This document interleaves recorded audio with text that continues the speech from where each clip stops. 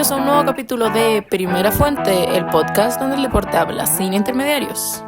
Hoy conversamos con Ricardo González, psicólogo deportivo con más de 14 años de experiencia trabajando en el alto rendimiento.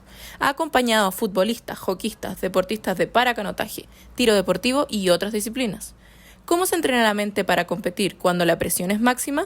De eso y más hablaremos hoy. Bueno, primero que nada, Ricardo, muchas gracias por participar aquí en el podcast. Me gustaría saber, partir un poquito de cómo un psicólogo deportivo apoya a los deportistas y qué tan importante es la psicología y la salud mental en los deportistas de alto rendimiento, y estuve investigando también. Y el Comité Olímpico Internacional tiene una cifra bastante interesante, donde estima que el 33,6% de los atletas de élite experimentan síntomas de ansiedad y depresión. No sé si estás de acuerdo un poquito también con esa cifra. Obviamente los deportistas también son humanos como todos nosotros y se ven afectados por estos tipos de trastornos mentales. No sé, ahí si me puedes comentar un poquito. Claro, bueno, antes que todo, agradecido por la invitación, Macarena. Sí, mira, a ver, primero la psicología deportiva se encarga de entrenar las variables psicológicas, eso es lo primero, ya. Evidentemente, desde Tokio 2020, bueno, al final se terminó realizando el 2021, yo creería que cuando Simon Biles devela esta problemática de salud mental, creería yo que se visibiliza más esta temática, que creería que todavía está muy en una fase exploratoria. Desconocía esa prevalencia que tú me comentas, pero me imagino que sí, debe estar por ahí esa cifra. Principalmente desde mi experiencia, lo que vino a posteriori de la pandemia, sí se pudo observar una mayor, como mayor número de casos en el fondo en el deporte, de alguna, no sé si enfermedad de salud mental, pero sí alguna sintomatología, principalmente ansiosa. Eso por lo menos es lo que me ha tocado enfrentar a mí, en este caso en mi ejercicio como profesional. Pero creería que falta más investigación, evidentemente. O sea, todavía falta visibilizarlo un poco más. Creería yo que hay algunos deportes que está un poquito más legitimado, hay otros que cuesta más por un tema también cultural y algunos ciertos como mitos. Ya, yo creería que en el fútbol cuesta un poquito más, pero bueno, de a poco también en el fondo esta misma visibilización de deportistas tan destacados y leyendas como Simon Biles, por ejemplo, o no sé, André Iniesta, que también en su momento habló de la depresión, evidentemente va en este caso generando una mayor conciencia de lo que puede presentar un deportista, que puede ser evidentemente, sobre todo un deportista de élite que tiene los recursos suficientes para afrontar diversas situaciones, pero un ser humano igual que todos. ¿Y cómo un psicólogo deportivo o tú en el día a día apoyas a los deportistas? Obviamente depende, ahí estuve también investigando un poco tu perfil. Tú trabajas aquí con el club de la Universidad de Concepción, los futbolistas, pero también has asesorado en otras disciplinas. No sé cómo es el apoyo, si es diario, es cada cierto tiempo, más ligado a las competencias, los hitos importantes. ¿Cómo es tu día a día en ese caso? O sea, en el club, claro, es más a diario. Ahora es un trabajo tanto individual como colectivo. O sea, por una parte está el trabajo individual que uno puede llevar a cabo con cada uno de los futbolistas, y ahí encontramos diversas situaciones que se van presentando. O sea, primero jugadores que son titulares, que a lo mejor no van a requerir quizás algo tan inmediato, versus jugadores que a lo mejor están siendo suplentes, no están siendo considerados, donde por lo menos en mi caso personal yo me aboco más a ellos, en el fondo, porque son ellos quienes tienen que mantener su preparación, ya tanto física, técnica, táctica y principalmente mental, para cuando les toque la oportunidad. O sea, no darse por descartado. Puede ser que una semana no hayan citado o convocado, pero a veces una lesión o un cambio de esquema táctico lo hace estar a la semana siguiente ya de titular, y bueno, y tienen que estar al 100, siempre les digo eso. Y ahí, bueno, se pueden trabajar diversas variables. Principalmente en el caso de los que son más jóvenes, chicos que vienen más desde las juveniles y están iniciando sus primeros años, se trabaja un poquito también esta adaptación. Yo siempre les digo que tienen que aprender a adaptarse a la exigencia del fútbol profesional, que es muy distinto. O sea, cambia todo desde el tiempo de entrenamiento, desde las mediciones, desde las métricas. Al final el fútbol cada vez se torna o sea, como más vinculado a la ciencia. O sea, todo se mide, todo se mide, no se puede dejar nada al azar. Si al final el deporte en sí es de pequeños grandes detalles. Entonces, en esa fase adaptativa, evidentemente vamos acompañando a estos chicos. Y ya con jugadores más, ya con más experiencia o más veteranos, vamos trabajando algunas variables ya, quizás como algunas temáticas más vinculadas con entrenamiento cognitivo-motor, por ejemplo, que igual lo implementamos, o a veces situaciones personales y también ocurren, pues, ocurren muchas veces situaciones que evidentemente no es deportivo, no es de un contexto deportivo, pero sí al final afecta, puede ser algo familiar, algo personal y también se le hace acompañamiento de ellos. Y por otra parte, también con el deportista lesionado, eso es algo que lo trabajamos de manera interdisciplinar con el área clínica. Eh, bueno, hay lesiones y lesiones, desde un micro desgarro que puede tomar 2 semanas a un desgarro de una semana, o sea, de un mes, y bueno, lesiones más duras como un ligamento, un corte de ligamento cruzado que te puede tomar 8 meses, 9 meses. Entonces, es sumamente importante también el trabajo psicológico, sobre todo para estas lesiones largas.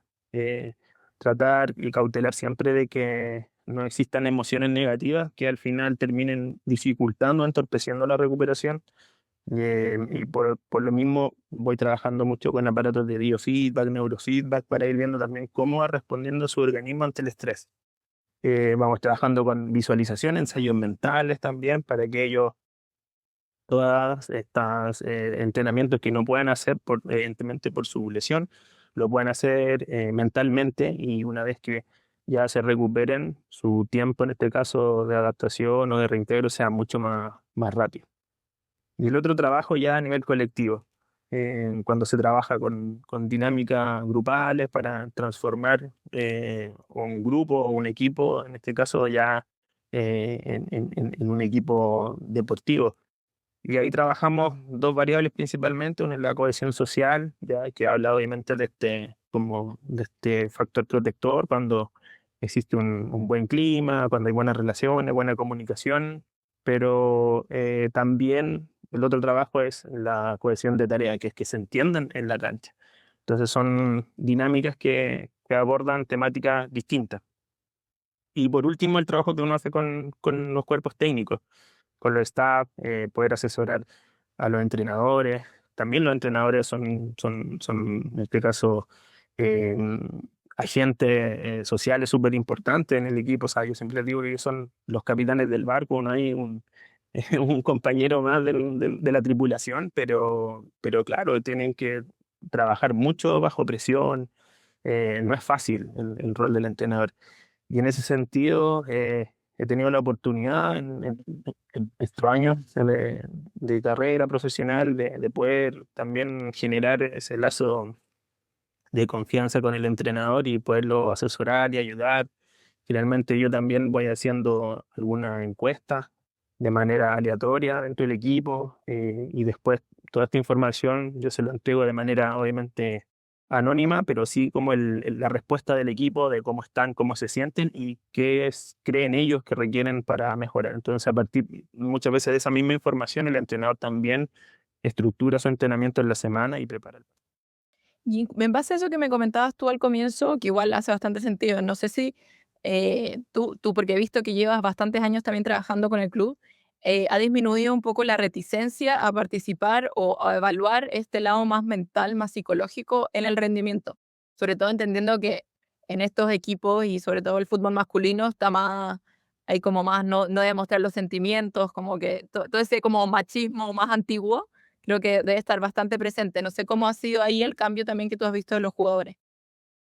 Sí, o sea, a ver, primero el club, yo me atrevería a decir que uno de los clubes que partió, que fue más pionero en la psicología deportiva, partió con Alexis Ponce en el año 2003, tengo entendido.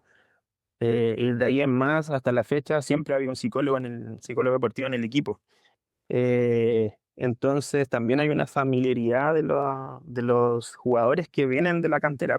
Eh, y de los jugadores jóvenes y también, claro, los que ya se van sumando al plantel profesional y vienen de otros clubes como Católica la U de Chile, Colo-Colo, u otras instituciones también ya han estado con psicólogos. Entonces, el rol, creería yo que está más validado que años atrás.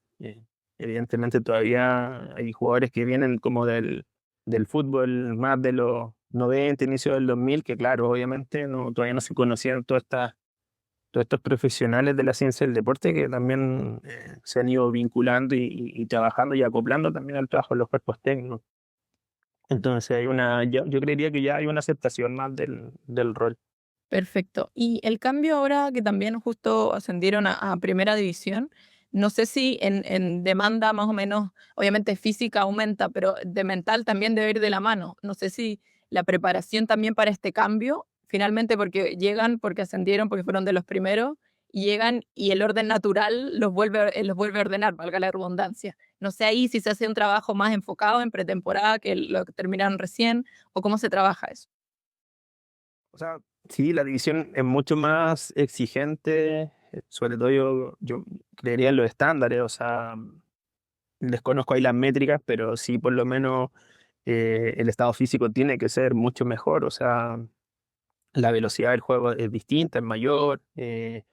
También desde la composición corporal también tiene que trabajarse, o sea, también el trabajo del nutricionista es súper clave y también de los preparadores físicos porque al final cada caso individual es distinto. Hay jugadores que quizá no les toma mucho tiempo en llegar a los pliegues que se exigen y otros que les cuesta más. Y a los que les cuesta más generalmente lo abordamos de manera interdisciplinar. O sea, también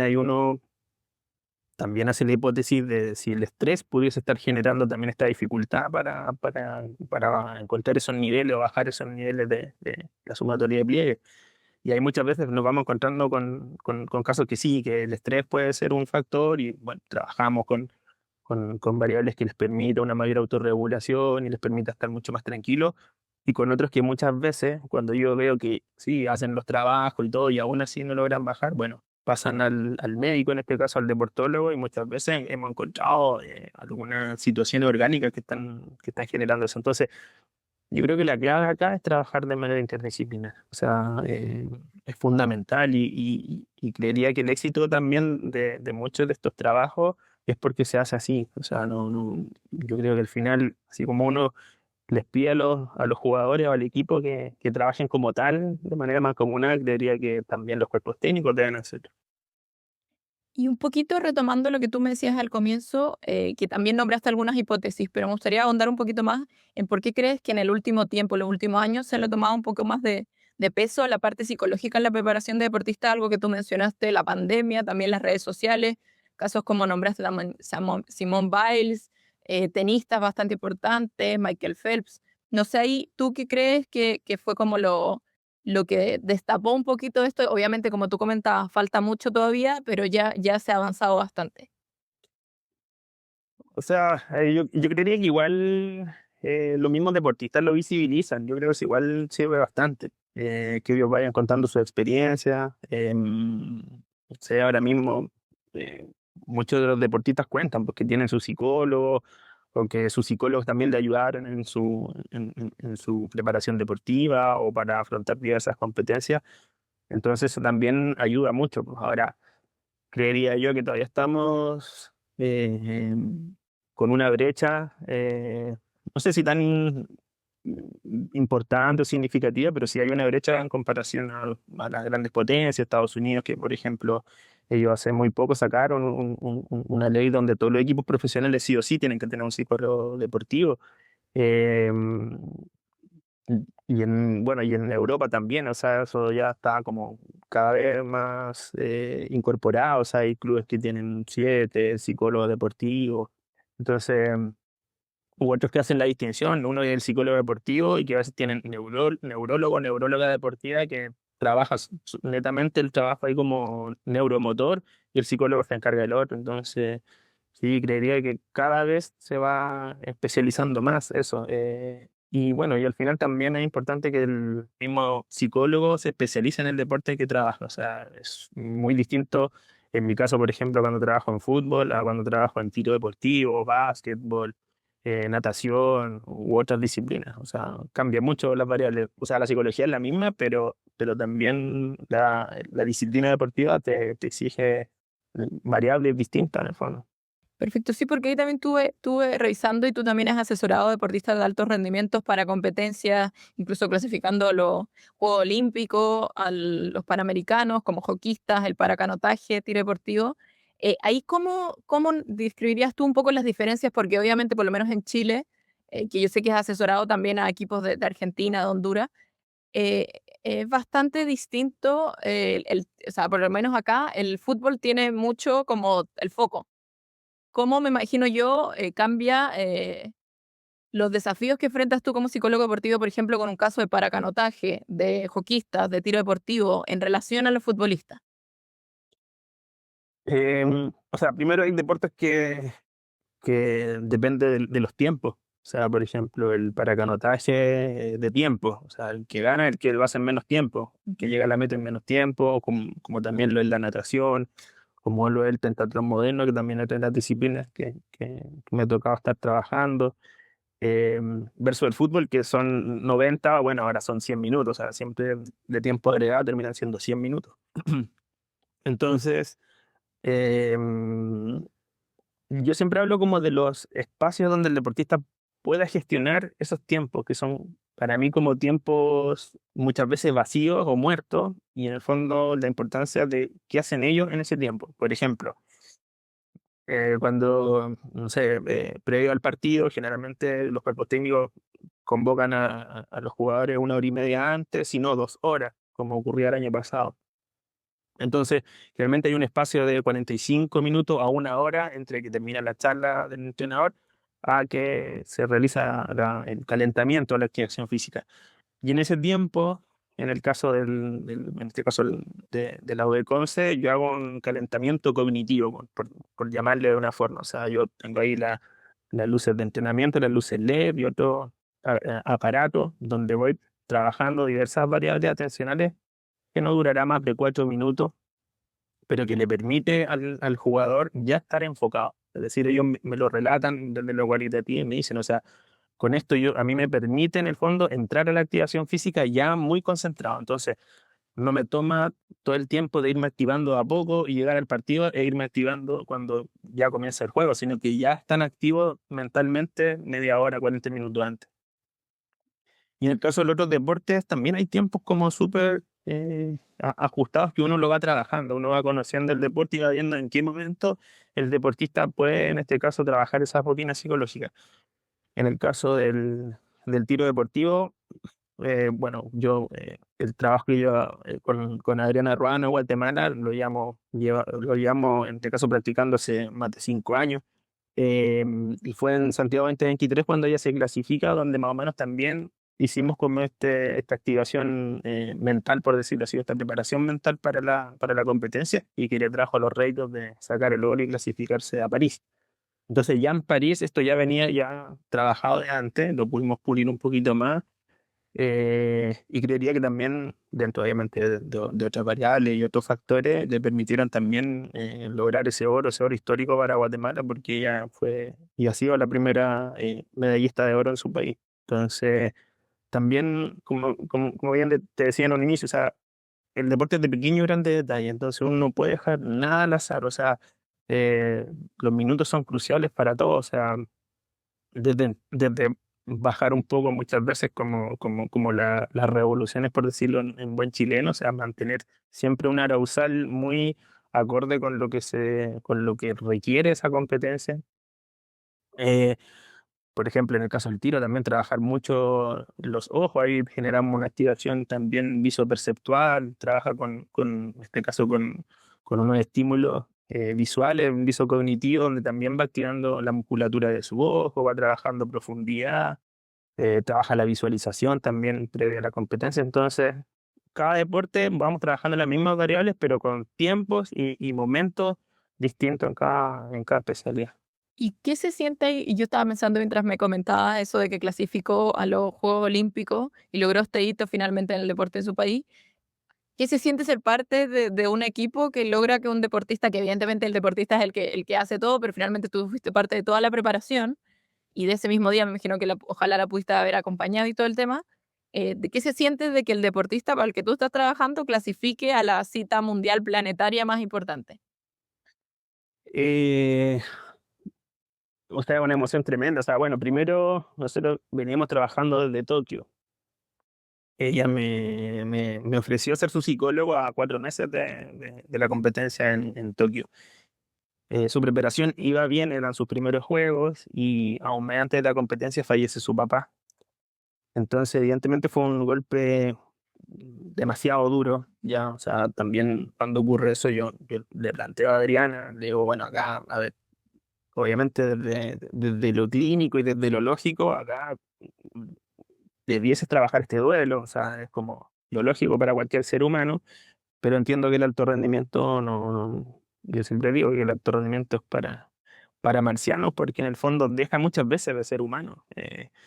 Entonces le di la elección, ¿qué hacemos? ¿Trabajamos tu duelo? ¿Nos seguimos enfocando para los juegos? Y me dijo, no, no los juegos. Y ya habrá tiempo para lo otro. Entonces, creería yo que sumado a todo ese contexto difícil de Tokio, que fueron las Olimpiadas del Silencio, no había público, muchos momentos de estar ahí como ensimismado o como muy retraído. Entonces, también esa convivencia con los pensamientos y bueno, y con todo lo que significa estar en unos Juegos Olímpicos, que también hay una presión especial, creería yo que al final también, evidentemente desde lo emocional, no le jugó una mala pasada, por decirlo así, o sea, no logró la performance que ella ya venía, en este caso, como llevando previo a la competencia, y quiso su revancha, porque claro, no logró mostrar su habilidad, su atributo, y ahí la revancha era clasificarse a París. Entonces, el clasificarse a París, más encima acá en Chile, donde la pude acompañar, porque todo mi trabajo con ella a distancia, hemos trabajado 5 años de forma remota, fue más emocionante aún, o sea, todo lo que significó todo ese tiempo, o sea, también fue ese proceso de trabajar, la apuesta que yo le dije fue, mira, no solo trabajemos en lo deportivo, sino que trabajemos también tu lado personal, o sea, desarrollate en toda tu área, en tu área profesional, en tu área familiar, o sea, al final, que tratar de abordar y trabajar y desarrollar toda su área. Y creería yo que también esa fue la forma de poder sostener a veces momentos difíciles en este camino, en este tránsito hacia París. Su comité olímpico quedó desafiliado del COVID, los castigaron por casi 2 años, entonces eso también generó mucha incertidumbre, mucha ambigüedad. Acá en Santiago 2023 compitieron como país independiente, entonces creería yo que también ese trabajo que se hizo desde toda el área le permite también afrontar esto de mejor forma. Y lo que vino ya en París, claro, ya fue otra cosa, o sea, su preparación, ya una vez que se clasifica a previo a París, estuvo casi todo el tiempo en Europa, estuvo en las mejores competencias, fue una muy, muy buena preparación. Y ya cuando yo llego a París, en este caso, que fueron más o menos 6 días antes de la competencia, afinamos, ajustamos algunas cosas y claro, ya lo que se dio ahí ya fue algo mágico, o sea, ver su mejor performance, ver en el fondo que ella logró su peak en todo, o sea, estaba en su peak psicológico, en su peak técnico, eh, disparando perfecto, se mete a la final, que para mí ya, dentro de mi objetivo, por lo menos profesional, para mí que ya estuviese en la final ya era un tremendo premio. Y después verla no solo ganar, sino que lograr un récord olímpico, o sea, ya fue récord olímpico en la final, o sea, ahí en el fondo eh, difícil dimensionar todo eso, o sea, cuando logra ese oro para mí se me paralizó como el tiempo, o sea, es como, o sea, la pregunta que se me vino fue como, ¿qué viene ahora? O sea, es como, también se me venían muchas imágenes, el oro de Nico Mazú, que para mí siempre fue inspirador, o no sé, cuando veía muchas veces también los Juegos Olímpicos, o cuando estudié en España y tuve a muchos profes que eran los psicólogos deportivos de distintas disciplinas que competían en los Juegos, entonces, claro, fue todo en muy pocos segundos, minutos, y claro, fue una emoción que hasta el día de hoy yo lo recuerdo y es como que todavía me cuesta entrar en sí, porque es muy Debe ser impresionante, me lo imagino. O sea, uno a través de la tele es capaz de ver a los deportistas y sentir algo de orgullo, siendo que uno no ha sido parte de nada de su carrera, me imagino estando ahí y haberla acompañado durante todo el proceso. Sí, no, no, es increíble. Aparte que, claro, uno conoce sus vidas, pues, o sea, yo también compartí con su familia, entonces, al final termina siendo una emoción de todo tipo, profesional, personal, familiar, o sea, es muy, como digo, muy difícil de describir eso, po. Pero, pero bueno, o sea, fue algo que también uno agradece, porque también me permitió después también estar y ver el oro de la Francisca Croeto, también tuve la oportunidad de hablar con ella, ahí ya lo vi también como hincha, entonces también fue también bonito, o sea, también uno, claro, yo en ese caso antes defendía los colores, por decirlo así, de Guatemala y después ya me pude poner la roja en este caso. Entonces sí, se dieron muchas cosas muy bonitas. O sea, en una semana vivo oro y entonces sí, algo muy, muy, muy mágico. Qué impresionante. Y un poquito ahí, creo que quizás se va a repetir un poquito con lo que me has comentado, pero no sé cuál es, si me podrías dar un poquito un detalle de han sido los principales desafíos que has tenido en tu carrera acompañando deportistas. Me imagino uno hablándote, o sea, escuchándote, el tema, por ejemplo, de hacer todo este acompañamiento de manera online, también puede ser un gran desafío. No sé ahí si tú me puedes dar un poquito más de detalle de, por ejemplo, los primeros dos desafíos, los mayores que has tenido en tu carrera acompañando a deportistas. Em, Desafío, o sea, para mí los Juegos Olímpicos siempre fue mi sueño. O sea, siempre, siempre lo fue desde que vi el oro de Nico Masubo, que a mí me llegó mucho. Después me acuerdo de Beijing, que justo mi papá sufrió un accidente vascular, estaba en la clínica en esa época, fue una época bien dura a nivel familiar, y sentía que mi bálsamo era ver los Juegos Olímpicos. Ya después en Londres estaba justo en España estudiando el magíster, entonces también ya como mi profe me hablaba mucho de los Juegos Olímpicos, también ya como que pude mirar los Juegos Olímpicos ya con otros ojos, con los ojos como más de psicólogo. Después en Río tuve la oportunidad de ir y también fue como en este caso, sentir ese clima, respirar ese clima como de deportividad, de esos valores tan propios y tan fundamentales del deporte. Entonces era como, no, tengo que ir. Y cuando asesoró a la Adriana para Tokio, claro, por una parte se cumplió mi sueño, pero no del todo, porque fue de forma remota, o sea, yo no podía viajar en este caso, a los Juegos Olímpicos. Y ya con París, sí, pues, o sea, fue como cumplir ese sueño, o sea, no entraba en sí, era como que estaba así como muy, ¿cómo puedes decirlo? Muy vital, con mucha energía. Casi dormía re poco, pero tampoco estaba cansado, era como que aprovechaba cada minuto, cada momento. Estímulo no faltaba, me imagino. No, no, para nada, y a veces me sentaba y miraba y decía, oh, pero estoy en los juegos, como que no perdiera esa conciencia de dónde estaba. Entonces, sí, para mí yo creo que ese fue el sueño más importante, el desafío más importante. Y otros desafíos, es que han sido tantos, yo creo igual, no sé, por lo que está más fresco el ascenso con la UDECOS, o sea, para mí es un club al cual le tengo mucho cariño. Partí trabajando en la UDECOS hace 10 años, conocí también sus momentos más de gloria y cuando desciende también para mí era como importante que el club volviera nuevamente a primera. Vimos toda una transición de pasar de la corporación de la universidad a la sociedad anónima. Entonces también vivimos ese momento también, pues donde estábamos en la primera vez. Yo vuelvo a trabajar en el plantel ya en el 2023 con Miguel Ramírez, que en este caso pide un psicólogo. Estábamos en un momento súper crítico. Me acuerdo, llevamos 7 fechas y creo que llevamos un punto.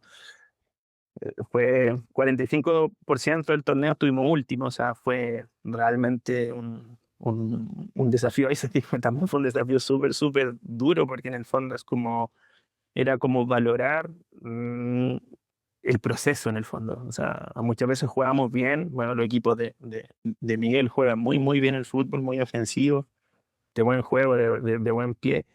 pero no se daban los resultados. Entonces, al final era destacar las cosas buenas que íbamos haciendo a pesar de los resultados. Y ese trabajo yo lo enfoqué mucho a lo transpersonal, me fui muy por esa línea, como generar lazos de confianza, de que ellos mismos pudieran valorar al otro, decirle cuánto apreciaban al compañero, o sea, generamos también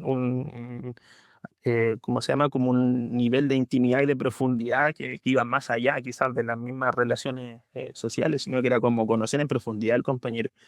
Y al final, claro, logramos salvar la penúltima fecha, pero fue súper angustiante. Entonces, el haber logrado el ascenso el año pasado fue como, uff, o sea, para mí era un proceso que venía de mucho, mucho tiempo atrás. Entonces, fue muy, muy, muy gratificante. O sea, ver a la gente, a la hinchada, que también es una hinchada súper familiar, cercana, celebrarlo también dentro de la universidad, que para mí también es súper importante. Entonces, fue muy, muy emotivo, ¿verdad?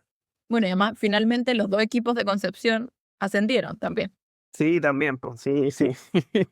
Sí, también ascendió el Deportes Concepción, así que, no, bonito, porque acá igual, en la zona igual es un lugar donde han habido siempre muchos equipos de fútbol, y entonces nuevamente ya hay 3 equipos de la zona en primera A, entonces es bueno, pues bueno para la región, y que siga impulsando no solo el fútbol, sino que también los otros. Total. Y hay un poquito algo que tocaste al comienzo, pero me gustaría entrar un poco que me parece súper interesante. ¿Cómo la psicología puede ayudar a los deportistas en las lesiones? Ya sea, obviamente, sobre todo me imagino las lesiones a largo plazo, como decías tú, de rotura de ligamentos, de cruzados, todo el tema. Esto que comentabas tú, si me puedes entrar un poquito más en detalle de la visualización. Sí. Em, a ver, lo primero, obviamente, es evitar estas emociones negativas. O sea, si generalmente aparece mucho estrés en las lesiones porque cambia el objetivo. O sea, partes tú una temporada con un objetivo, principalmente sumar minutos, que es lo más importante para un jugador, destacar. O sea, cuando se destaca en esa liga también la valoración económica también es distinta. O sea, al final también el fútbol es un negocio, entonces el perderte eso también obviamente te lleva a replantear los objetivos. Y ahí siempre les digo, o sea, deja este objetivo en el congelador y ahora tu objetivo es otro, que es recuperarte y recuperarte bien. Entonces, partimos siempre con eso. Yo voy midiendo obviamente cómo están sus emociones y ya vamos trabajando en la meditación para que también logren estar eh, en un estado mucho más de calma, con mayor control mental. También vamos viendo ahí cómo está la calidad del sueño, evitando que exista, no sé, insomnio, Ujú. porque al final todos esos hábitos también a veces se ven interrumpidos y que todo va al final desencadenando en que la recuperación sea más lenta. Entonces tratamos de que en el fondo eso no ocurra y al contrario, tratamos de que muchas veces esta recuperación se pueda inclusive acortar los plazos, como también me ocurrió con algunos deportistas, bueno, jugadores con, por ejemplo, desgarro. Yo hago que visualicen cómo sus fibras musculares se van regenerando. Para eso lo hacemos con un trabajo ya de cuando ya llevan un tiempo ahí meditando, acompañamos de visualización y surte efecto. O sea, el año pasado me tocó con uno de los jugadores que tenía un desgarro bien importante, le habían dado 8 semanas para volver a jugar y lo logramos en 6 semanas. Entonces, o sea, no, tampoco quiero decir que no, todo el mérito me lo llevo yo, ¿no? No. Pero bueno, mi área sí, pues, o sea, mi área y también es bonito porque nos llevamos también, tenemos una bonita relación también con el área médica. Entonces, eh, ellos también en el fondo le dan la importancia al psicólogo y me guardan un espacio importante para trabajar con ellos. Entonces, claro, trabajamos todas estas variables. Después también yo voy trabajando todo el tema neuromotor para que no pierdan sus habilidades eh, también cognitivas y atencionales y puedan, obviamente, cuando se reintegren, responder más rápido. Y ahí, bueno, principalmente son como esas las variables que principalmente trabajamos con los deportistas. A veces pueden surgir otras, obviamente. Tampoco esto es lineal, no es que a veces, claro, a veces hay momentos que sí, cuando son sobre todo lesiones tan difíciles como un corte de cruzado, que es tanto tiempo, Claro, hay momentos que también, a pesar de todo, sí, pues, llega el bajón y también hacemos ver de que esto es normal, o sea, tampoco buscamos que esto sea lineal, o sea, nada en lo humano es lineal, así. Para nada. O me imagino que den algunos casos que después de una lesión así bien importante vuelven quizás en tiempos más acotados, en tiempos más récord, y después se vuelven a lesionar, quizás no de tal gravedad, pero obviamente el cuerpo no, por más que tú practiques, no puedes practicar la presión, no puedes practicar estar en el partido en sí. O sea, también eso debe ser algo importante, también la recurrencia. Claro, sí, bueno, y también la kinesiofobia, pues, o sea, también hay un miedo a volverse a lesionar. Y eso también muchas veces sucede y eso también lo tenemos que acompañar, pues, que generalmente ocurre ya en la fase de reintegro, que claro, tienen miedo, no sé, a arrancar porque, o a trancar, o acciones que a lo mejor ellos también lo asocian a la lesión o al momento de la lesión, que más o menos como una especie de estrés postraumático, entonces uno también lo trabaja. Ahora, yo creería que también con la realidad virtual, que de a poco se está incorporando, ya, yo creería que eso también puede ayudar mucho a simular más, no sé, para cuando ya toque estar ya en cancha tomando decisiones, como también para esos casos donde existe esta kinesiofobia, puede ser como una especie de, de trabajo como más cognitivo-conductual, pero a través también de esta tecnología. O sea, yo creo que al final hay que ir aprovechando toda esta tecnología e innovar. O sea, yo para mí me encanta incorporar el máximo de tecnología posible en pro del trabajo, pues, porque al final el deporte es medible, pues, o sea, y sobre todo la psicología algo tan abstracto que para mí es súper importante llevarla al número, porque de esa manera también demostramos los avances y demostramos que mi área es ciencia. Ese es el tema. Claro, finalmente también te deben medir como de otras áreas, como con los famosos KPI. Claro, sí, claro. Entonces, al final, por eso también trabajo con estos aparatos de biofeedback, o sea, sé cómo está, no solo su frecuencia cardíaca, sino su frecuencia de variabilidad cardíaca, cómo está funcionando su sistema nervioso central, cómo está funcionando en este caso sus ondas cerebrales, si logran o no un control mental, etcétera, etcétera. O sea, se trata de medir todo en el fondo.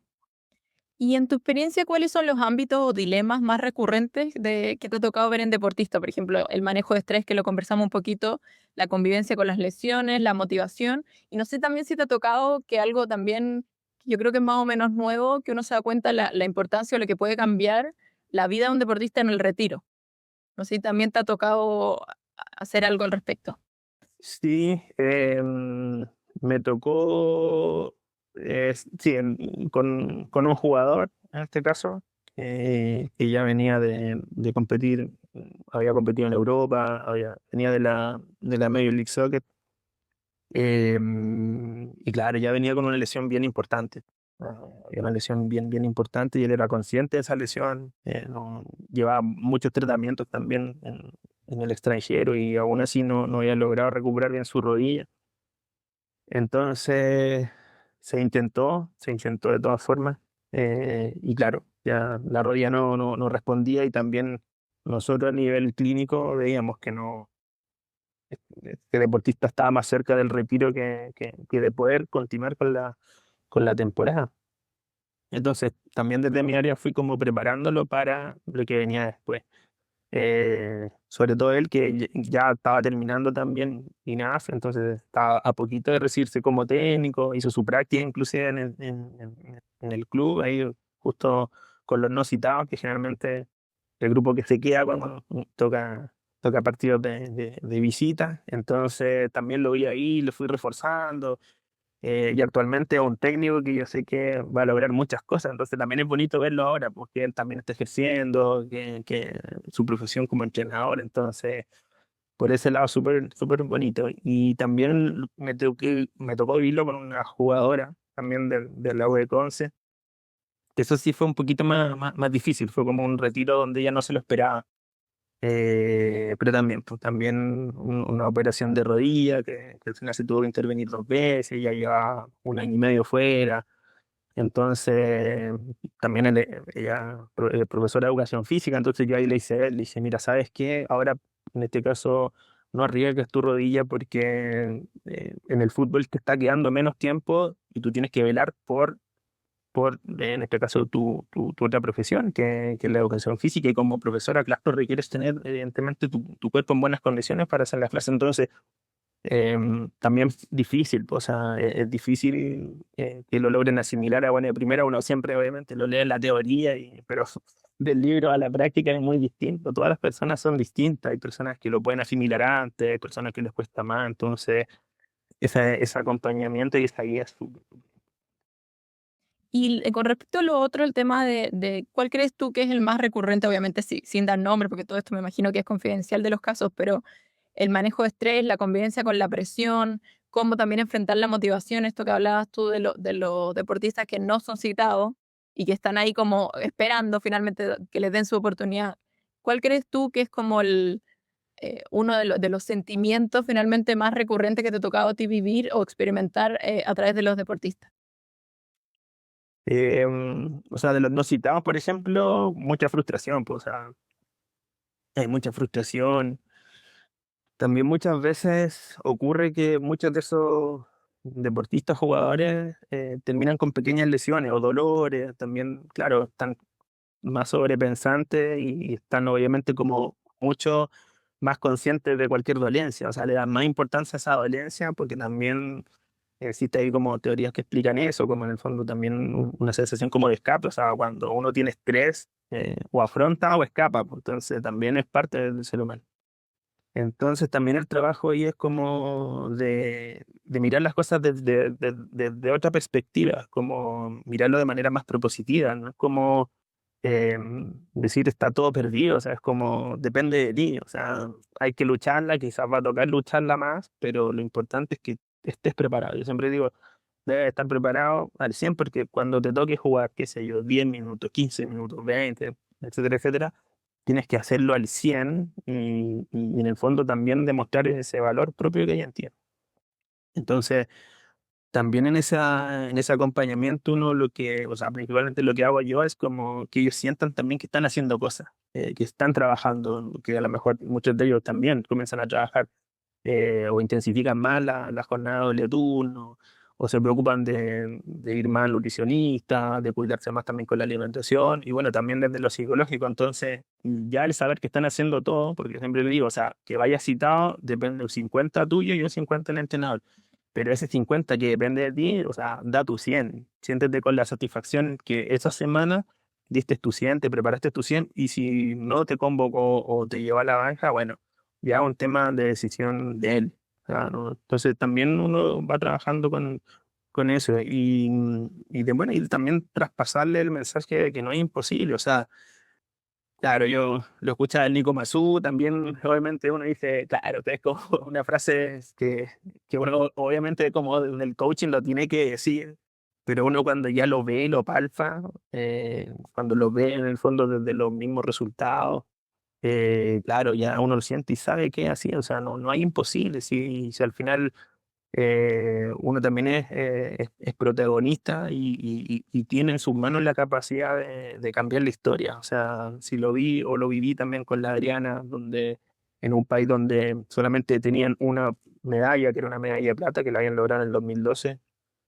en este último juego logran el bronce con Jean-Pierre Brol y el oro con la Adriana. Entonces, ya desde ahí también todos esos mensajes, esos aprendizajes de vida, también trato como de inculcarlo y llevarlo también en mi ejercicio profesional. Y también llevándolo, mientras preparaba las preguntas, también me surgió esta pregunta que quizás tú puedes tener como un insight un poco más, con mayor información.